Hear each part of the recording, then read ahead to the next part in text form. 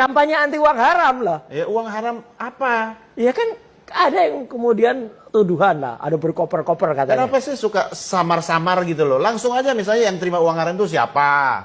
Yang ngasih uang haram itu siapa? Justru itu, kan ada yang nuduh saya terima uang haram. Kalau bukan saya kan nanya Bukan, tadi. bukan Mas. Jelas bukan Mas. Ada orang yang dengan lantang menuduh, wah itu pasti ada uang haram lah. Atau ada sayembara besar gitu. Lah ketawa aja kita.